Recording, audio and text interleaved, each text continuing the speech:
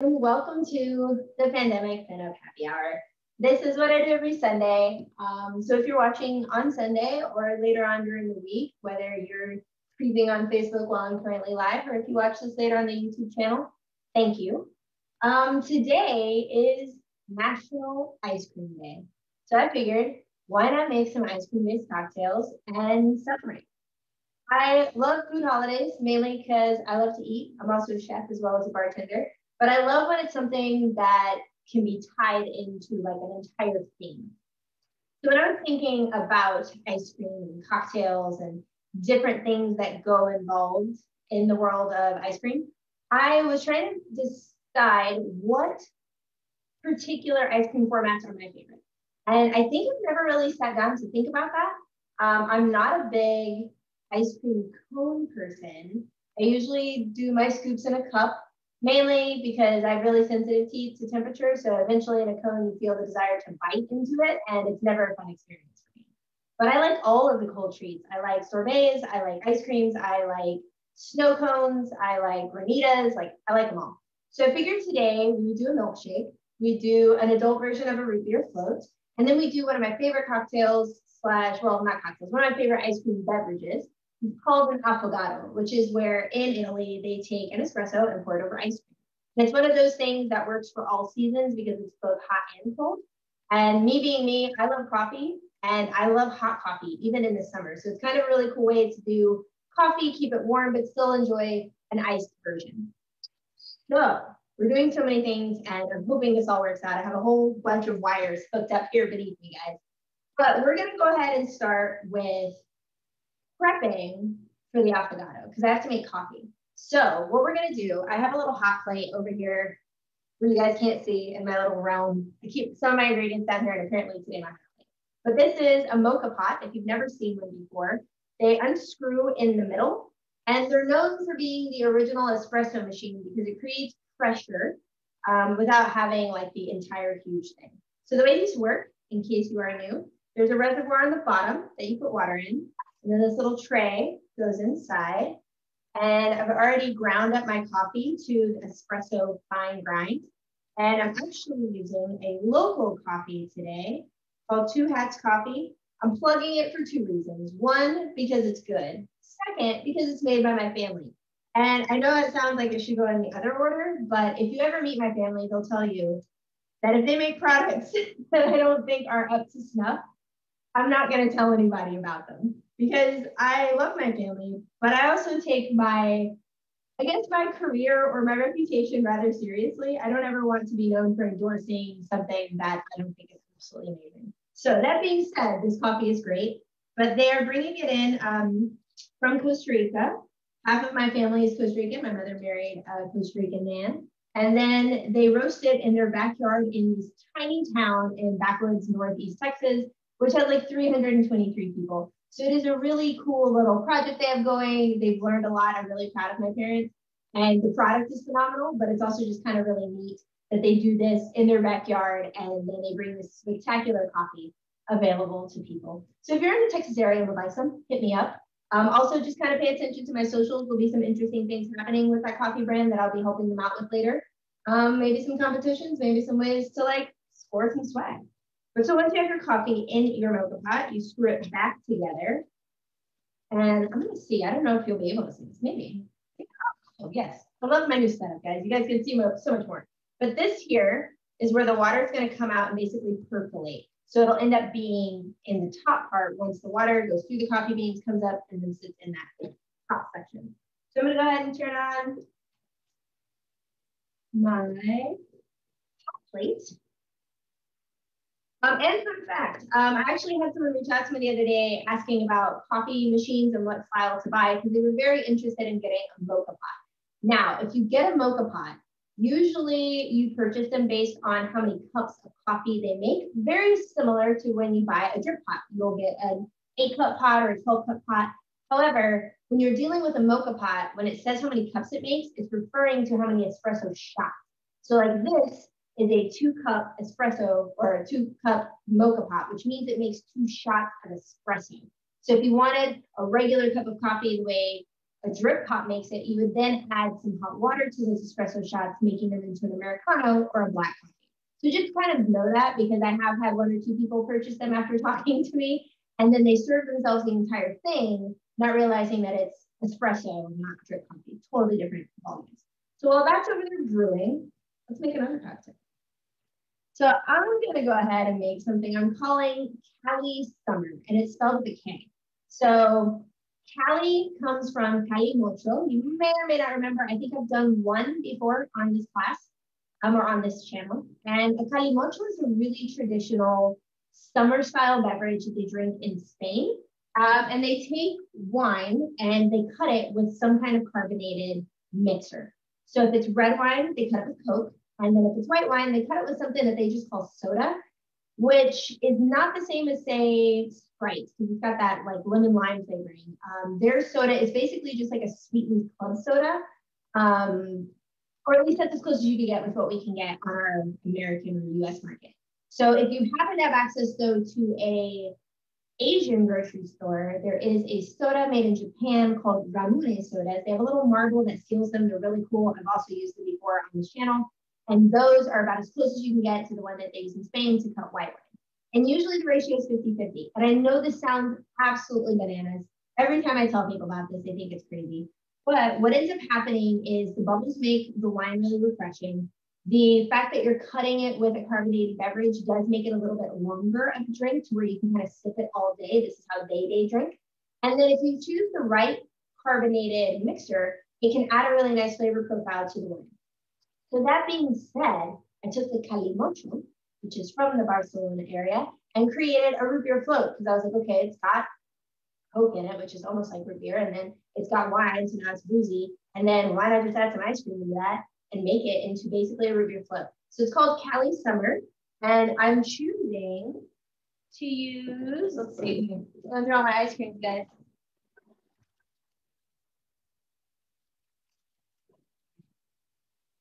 So I have a dairy-free sorbet made by Talenti. Not, oh, you can't see like that. I'll get banging this eventually.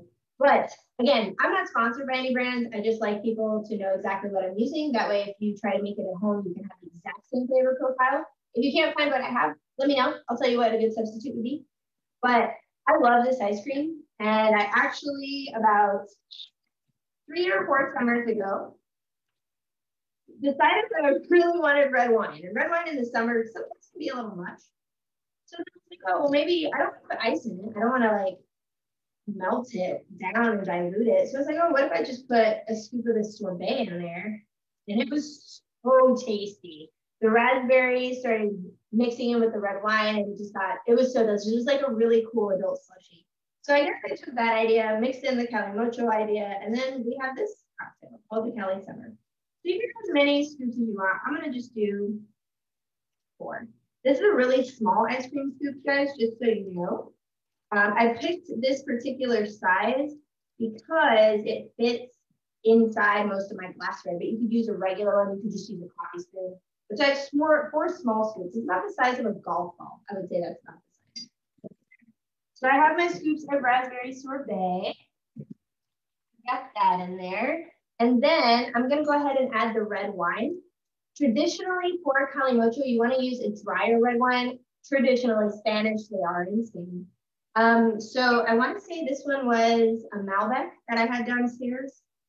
But you could use a Tempranillo. You could go full Cabernet if you want. Me personally, I like to keep it kind of in the Malbec Tempranillo style, to where it's not sweet, but it's not abrasively dry or astringent, because it does nicer in the cocktail.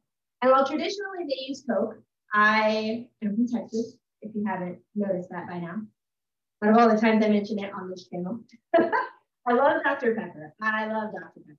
However, it also has a much more complex flavor profile than Coca-Cola does. Coca-Cola just has that whole like sarsaparilla or sweet caramel, just kind of like root beer. So I wanted to use Dr. Pepper. If you are not a Dr. Pepper fan, my second recommendation would be Cheerwine. It has also a nice little bit of like fruit in its flavor profile. So I'm doing 3 ounces and 3 ounces, and you can absolutely just adjust this to whatever glassware you want, where you're just gonna put in however much ice cream you wanna eat. and then pour in equal parts of Dr. Pepper and red wine. And then we have Calimocho, turned into a root beer float named Cali Summer. And I've garnished, as you can tell, I've left this a little lower than the wash line, but that's totally fine. So I did garnish this with like some powdered sugar on the outside just because I felt like it to be desserty. I felt like I wanted it to be a little bit more than just a root beer float. So I have powdered sugar, raspberry sorbet, Coke and wine, and it is.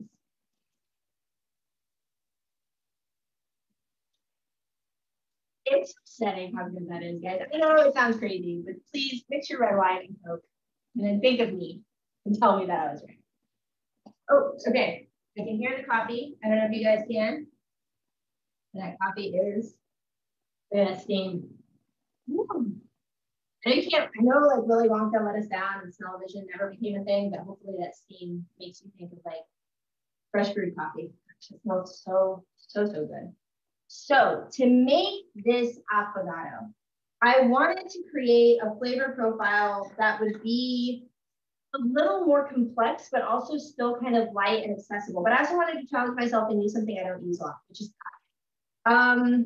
Scotch don't usually get along very well. I love whiskey. I have tried many scotches. And I have to also come to realize that apparently my taste in scotch tends to skew a little expensive. I can't finance those habits. So I just kind of leave them where they are. If anybody wants to send me expensive scotch, here for it. But on the realm of inexpensive scotches, I do prefer my scotches not as peaty. I know that much. But I wanted to really embrace the whole like smokiness and the peatiness and all the things that people love about scotch and find a way to like it. So I tried to think of things that I like food-wise that are like smoky and good and that maybe aren't necessarily always smoky, but benefit from smoke. And I came up with sesame. So I love sesame seed. I absolutely adore toasted sesame seed. I love tahini. I love sesame butter. Like I love just sesame in general. So I decided to fat wash my scotch with tahini, which is a sesame paste that goes into something very, very common called hummus. So it's just an unseasoned, I will say that, an unseasoned sesame paste that I mixed together with some scotch. I let it sit there for about 24 hours. I mixed it and then I let it sit in the freezer and then I strained it out. So this is a tahini washed scotch. And what we're gonna do to prepare for this particular affogato, which I'm calling smoked and drowned, by the way. Affogato means drowned in Italian, and I'm smoking and actually, like I'm actually smoking this cocktail, but it's also kind of smoky because of the scotch. So smoked and drowned is the name of the cocktail. And to do that, what I'm gonna do is I have this here. This is a grill plank. I wanna say this one might be cedar. I know you can get a bunch of different ones out there now. As you can tell, it has a little sear mark on it. I actually use these a lot when I'm smoking a cocktail as opposed to a plate. A lot of people use plates. And the reason I don't do that is because most people don't know what kind of plate they have and what they're made of, what the finish glaze or whatever the protective coat on that might be. And sometimes they're not as heat resistant as you think they are. So I just prefer to go with wood because I know it can burn. This is meant for a grill. It can like catch on fire and be fine. So I'm going to take some broken cinnamon sticks that I have here. I'm going to put those right here. And I usually use a blowtorch for this, but in the interest of making this seem very accessible to everybody at home, I'm trying to do this with 2 items. Yeah. But I'm basically just going to try and light these on fire, let them get a little ignited. They're not going to burst into flames. However, I am trying to get them to kind of spark just a little bit so they can smoke. And I'm basically going to put them inside the glass, or I'm going to put the glass on top of these that I'm going to put the cocktail in. So with a blowtorch, it's much more effective. You can get a whole lot more smoke. You could totally take your time and then try to get a heavier smoke out of these. Oh, it smells so good, guys. This is like the culinary version of lighting incense. But yeah, if I can get a little flame and I can see they're starting to ignite over there, I don't know if you guys can see that smoke yet. Might not be as easy over there from that angle. Yeah, once I get them to where I have like 1 or 2 little embers, I'll go ahead and just take my glass, turn it upside down. Let's see if I can show you guys smoke. You know what? I'm gonna light those a little more. Yeah, no, they're doing well. They're doing well. I think my lighters are just a little low on lighter fluid for what I want. You can also use things like a smoking gun. There's a lot of really cool little tools out there to smoke your cocktails. Me personally, I don't do it enough to want to invest that hard and heavy into that kind of equipment, but they are really cool. They make it look amazing. Honestly, if I just had a blowtorch, this would be way more effective. But I wanted to show you that with grill lighters, it is possible. So while my glass is smoking over here, and set this off to the side, I have my espresso prepared. And then this one is going to be with a vanilla ice cream. You could absolutely choose any other flavor. I just wanted something that wasn't bland per se, but that really went well with all of the elements I'm turning together. So the coffee has some nice brightness, acidity, a light fruitiness to it. It is from Costa Rica. And then the scotch has this light peatiness. It's not a heavily peated scotch. The tahini brings some nuttiness into that. And then I just thought that the vanilla would be really nice to bring in a subtle sweetness without adding an entirely new flavor profile. So that being said, I've got my same brand, Talenti, Madagascar vanilla bean. Because if we're doing vanilla, guys, we're doing vanilla bean. Okay, we're a little bougie over here. I'm thinking about my vanilla. But you could use any vanilla, quite honestly. So I'm going to go ahead and just kind of prepare my. All right, so with that over there, my glass has absorbed all that cinnamon. Now what I'm going to do is I'm going to pour 1.5 ounces of, sorry, not 1.5 ounces, that's a espresso, a 3/4 ounce of the scotch. And I know that doesn't sound like a whole lot, but this is an espresso-based cocktail, which means it's going to be smaller than like a cup of coffee, than a full-blown cocktail. So think of it as like a mini cocktail. So it's not going to have as much alcohol, which it's not supposed to. Not all cocktails have to be uber boozy, but trust me, you can taste it just because our ratios are also smaller. So I've got my cinnamon in my glass. I'm going to add my scotch. I'm going to add a scoop of vanilla ice cream. And then side. Ice cream away so it doesn't melt. And then you can eyeball it, but just in the interest of showing you guys how much, it's going to be 1.5 ounces of your freshly brewed espresso, and you pour that baby in hot, just like so. And that, guys, is an affogato, or the smoked and ground affogato. So if you wanted to just make a traditional affogato, you would just do a scoop of ice cream, pour some espresso on top, good to go.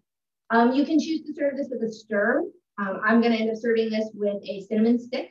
These are 2 broken up, and use a full one. So that way you can stir it if you want to. For me personally, my favorite thing about the affogato is that it evolves as you're drinking it, because you get warm and, well, you get like above warm coffee, and then it starts to cool down with that ice cream. The flavors start to mess.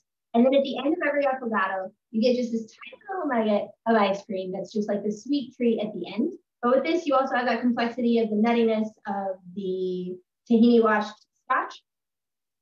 And the smell of it is so nice. So I was actually talking about this cocktail with a friend of mine before getting online today for you guys. And the way I described it originally was terrible.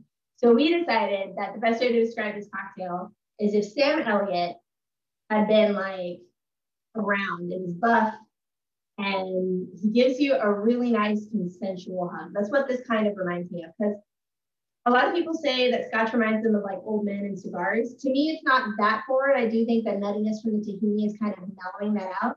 But see, like Sam Elliott is like mellow, cool, calm, collected, and just really want to hang out with him. Like, that's my job. I would love to hang out with Sam Elliott. So this is that cocktail that I think represents what that experience would be like.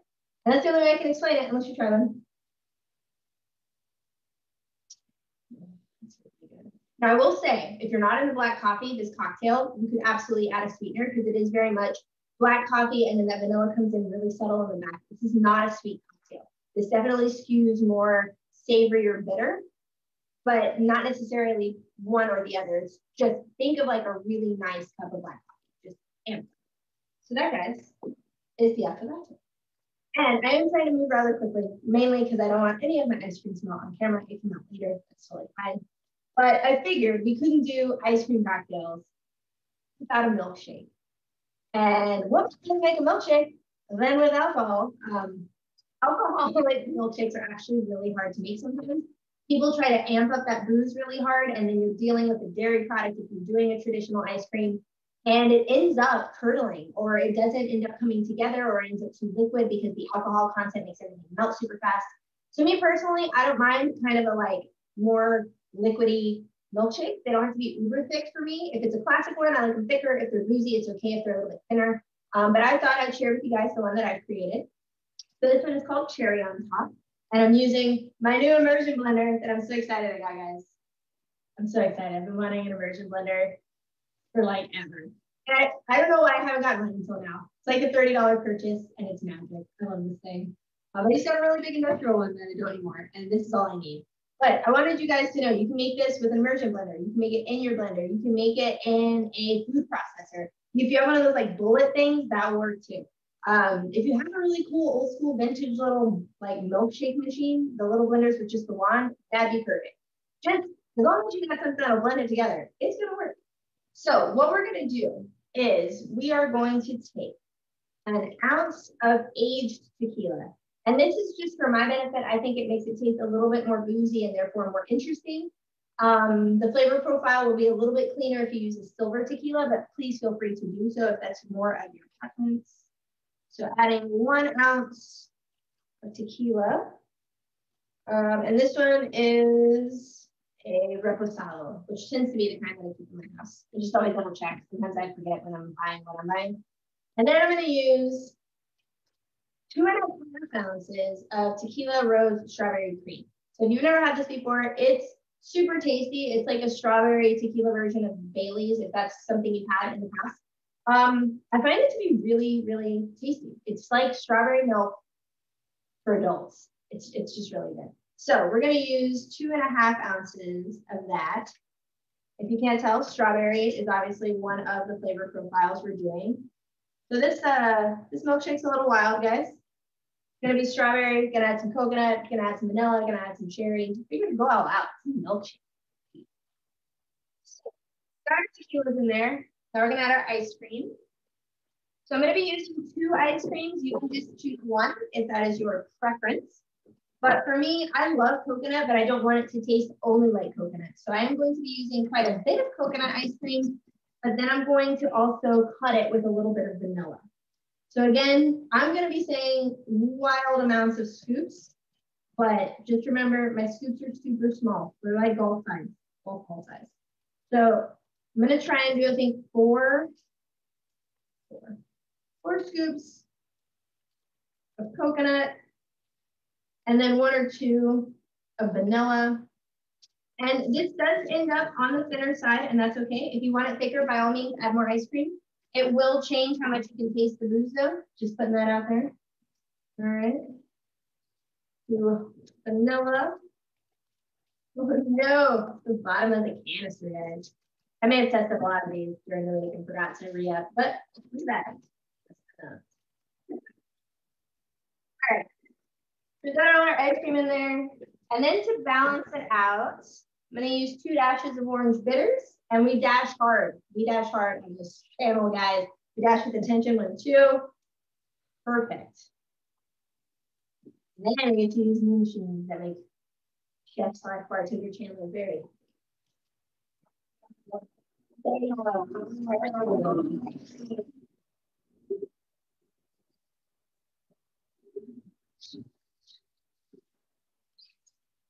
Nothing too wild. Nothing too wild.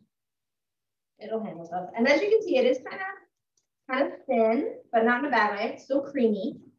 You can tell that it is a milkshake. All right. Just want to set that off to the side right there. And then I have this adorable little mason jar that I'm going to pour my milkshake into. You might say I picked this one because it's the perfect size. Well, it was a milkshake without all of the toppings. So I figured I was going to go crazy because I usually try to keep my stuff like calm, cool, and collected, very classy and withdrawn. So we're going hard. It's a milkshake. So we're doing whipped cream, and I'm not making my own whipped cream. I've already made my own milkshake. So doing some whipped cream. And then figured we would do a ton of toppings.